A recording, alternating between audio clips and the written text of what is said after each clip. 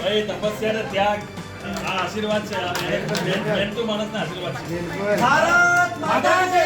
ભારત માતા કી જય! છોટાઉદેપુર લોકસભાની યાદીની અંદર જસુભાઈ રાઠવાનું નામ જાહેર થયું છે. આપણી સાથે જસુભાઈ રાઠવા છે, તેઓની સાથે સીધો સંપર્ક કરવાનો પ્રયત્ન કરીશું. આપણી જે ટિકિટ જાહેર થઈ છે, શું કહેશો?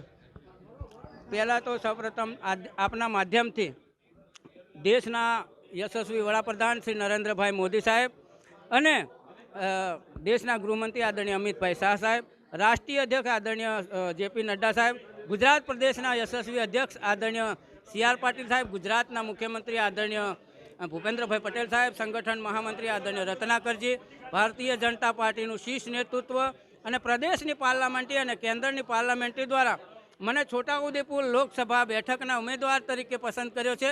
તે બદલ એમનો હું આભાર માનું છું. આમ આપનો પરિચય શું છે? કેટલા સમયથી આપ ભાજપની અંદર કાર્યરત છો? હું ભારતીય જનતા પાર્ટીની અંદર 1995 અંદર તાલુકા પંચાયત અને જિલ્લા પંચાયતની ચૂંટણીની અંદર બૂથના પુલિંગ એજન્ટ તરીકે કામ કરવાની શરૂઆત કરી હતી અને એના પછી મને મંડળના યુવા મોરચાના કોષાધ્યક્ષ તરીકેની જવાબદારી આપી. એના પછી ભારતીય જનતા પાર્ટીએ મને મંડળના મહામંત્રી તરીકેની જવાબદારી આપી. એના પછી મંડળના પ્રમુખ તરીકેની જવાબદારી આપી. એના પછી મને જિલ્લા ભાજપ પ્રમુખ તરીકેની જવાબદારી આપી અને પછી વિવિધ સરકારી બિનસરકારી એમાં પણ મને નિગમોમાં પણ 1-2 જગ્યાએ પદ આપ્યું. પછી અત્યારે મને ભારતીય જનતા પાર્ટી અનુસૂચિત જનજાતિ મોરચાના પ્રદેશ ઉપાધ્યક્ષ તરીકેની પણ જવાબદારી છે. અને એ સિવાય વહીવટની વાત કરીએ તો 2001માં હું વસેડી જૂથ ગ્રામ પંચાયત તરીકેની ચૂંટણી લડ્યો અને જીત્યો. એના પછી 15 વર્ષ હું સરપંચ તરીકે સેવા બજાવી. 2015થી 20 સુધી તાલુકા પંચાયતના સભ્ય તરીકે સેવા બજાવી. અત્યારે મારા પરિવારની અંદર મારા દીકરાની બહુ તાલુકા પંચાયતના પ્રમુખ તરીકે ભારતીય જનતા પાર્ટીએ વિશ્વાસ મૂક્યો છે અને સેવા કરવાની તક આપી છે. આમ જીતનો કેટલો દાવો? સૌ વડીલોના આશીર્વાદ અને કાર્યકર્તાઓની મહેનતથી અને પેજ કમિટીના માધ્યમથી અમે 5 લાખ મતો કરતાં વધારે લીડથી અમે જીતીશું. આમ છોટાઉદેપુર જિલ્લાની અંદરથી હાલ જ પૂર્વ રેલ મંત્રી અને નારાયણભાઈ રાઠવા જો કોંગ્રેસ છોડી ભાજપમાં ગયા છે, કેટલો સહકાર એમનો મળશે? અરે પૂરેપૂરો સહકાર. હવે તો અહીંયા બીજું કોઈ વિરોધમાં છે જ નહીં એવું હું સમજુ છું. અહીંયા બધું એક જ તરફી છે.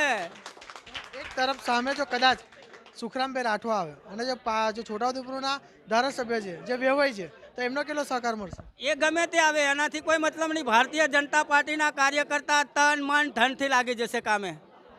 તો આ હતા જસુભાઈ રાઠવા, તે કે જેઓ 5 લાખ મત કરતાં વધુથી જેઓ જીતનો દાવો કરી રહ્યા છે.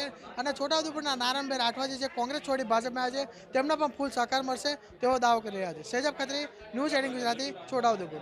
સંગ્રામ રાઠવાનું નામ અમે લોકો બંને જોડાયા ત્યારથી લોકોની એક લોકવાયકા હતી. એમાં અમે કોઈ બિનશરતી રીતે ભારતીય જનતા પાર્ટીમાં જોડાયા હતા. અમે કોઈ બાયોડેટા પણ આપ્યા નથી. એટલે અમે લોકો પાર્ટીને સંગઠનમાં રહી પાર્ટીને મજબૂત કરવાનું કામ કરીશું. પાર્ટી હાઈકમાન્ડે જે આદેશ કરે એ આદેશનું પાલન કરી અમે લોકો કામે લાગવાના છે. આજે ઘોષણા થઈ ગઈ છે જસુભાઈ રાઠવાની લોકસભાના ઉમેદવાર તરીકે. ભારતીય જનતા પાર્ટીના સત્તાવાર ઉમેદવાર છે. અમે લોકો સાથે મળી, તમામ લોકો સાથે મળી અને ખૂબ જંગી મતોથી જીતાડવા માટેની અમારી કોશિશ ચાલશે.